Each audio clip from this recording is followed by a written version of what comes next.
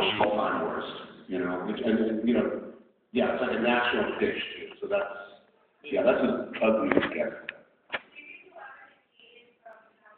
Do I think I'll ever get jaded? I am jaded.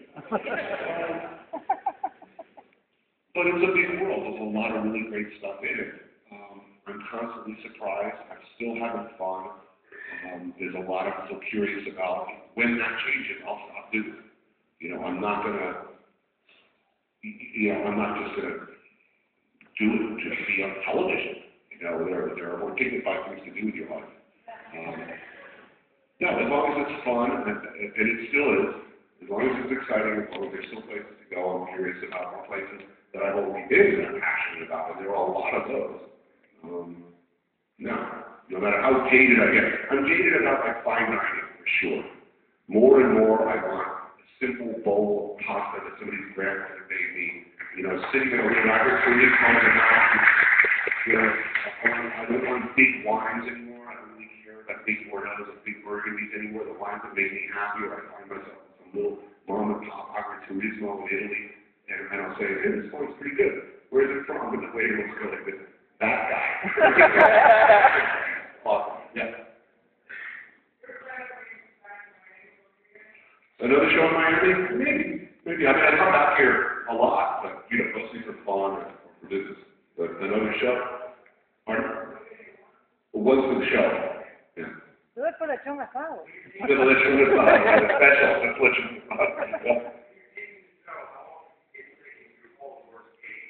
I've been sick twice. Listen, I find myself curled up on a cold tile floor fairly regularly. But it's always alcohol related. I've been food poisoned to the point that I missed a day's work twice in 10 years. And once with friends. Oh. Eating a pound and a half of foie gras, knocking back a couple of Sauternes, bottles of Sauternes, after the Ted Devoe dinner the night before, where the Ted Devoe was awful, not a good move. I was poisoned, but didn't lose any days' work, but it became a problem. We did it in a word hog rectum episode. It leads to some problems down the line. But I just got really badly poisoned in Liberia. Really badly poisoned. You know, that was, you know, again, it was a freshness sort of a tribal situation where we take a figure said that it's bushmeat, you know, wash hands before using that kind of thing.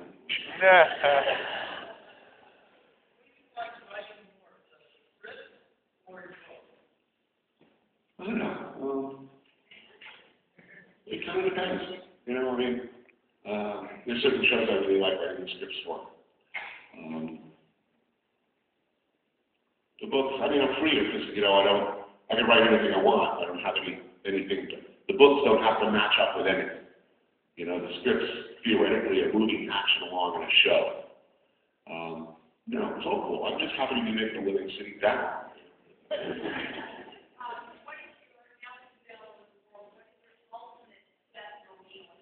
The ultimate death row meal at this point. It used to be roasted bone marrow at Burger Henderson's restaurant in London.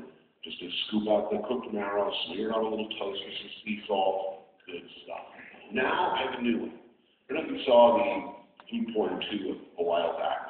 They do a dish at Maria in New York. It's a little disc of a little crouton with a little heap of uni, really high quality sea urchin roe on top, and then half melted overnight, gossamer thin sheet of semi-melted lardo for colonnata in Italy. Oh my God. I take one bite of that, and someone splits up behind me. That's a good way to go.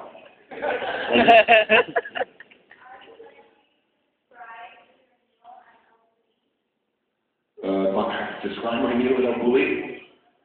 Wow, I mean, that would be 2 hours. So, I mean, I did a show on it. It's really kind of, it's like an amusement park ride. It's an adventure. It's like going to a museum. It's an artistic experience. It's a fun, entertaining experience. It's a delicious experience. It's a particularly Castilian experience. It was unusual because I was eating Bourdain in the kitchen. It was a once-in-a-lifetime experience that every minute I was there, 5.5 hours of eating and drinking, I knew that this was a once-in-a-lifetime experience. Though actually we'll be doing it again next year.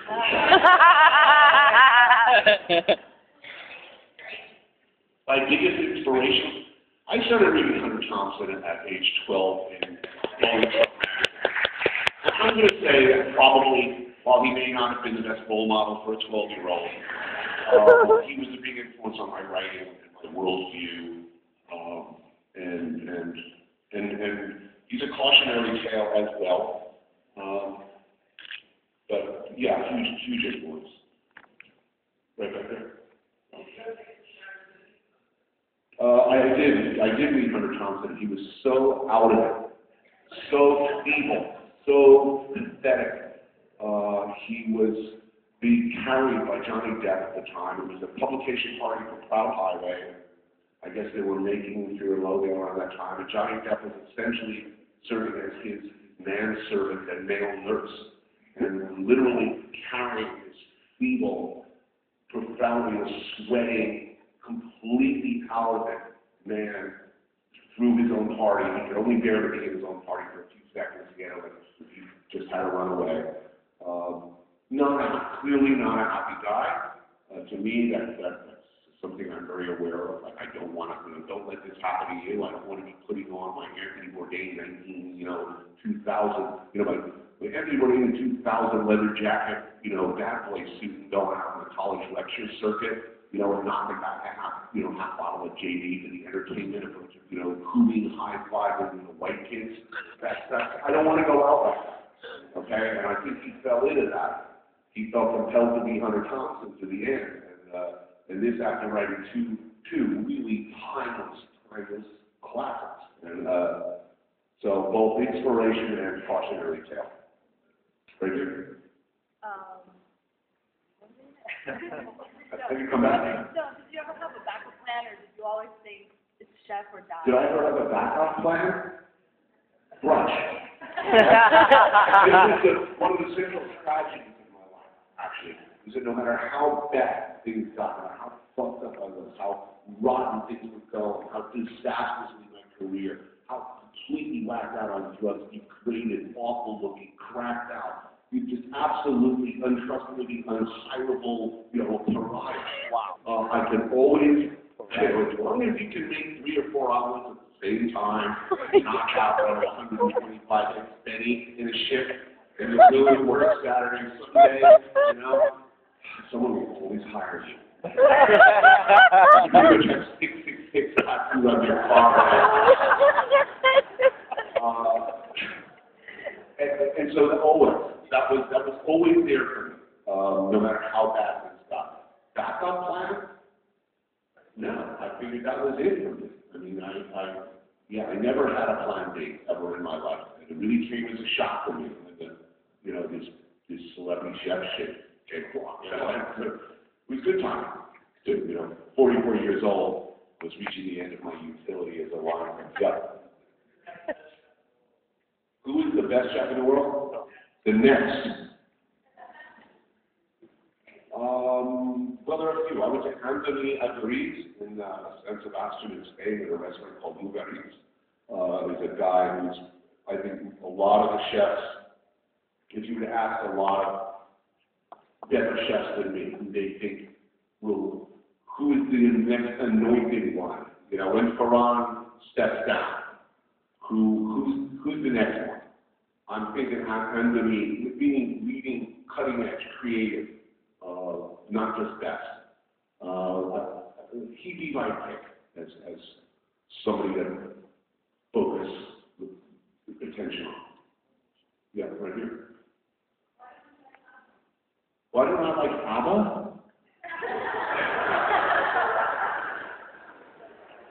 I hated them then. They polluted by the airwaves back then,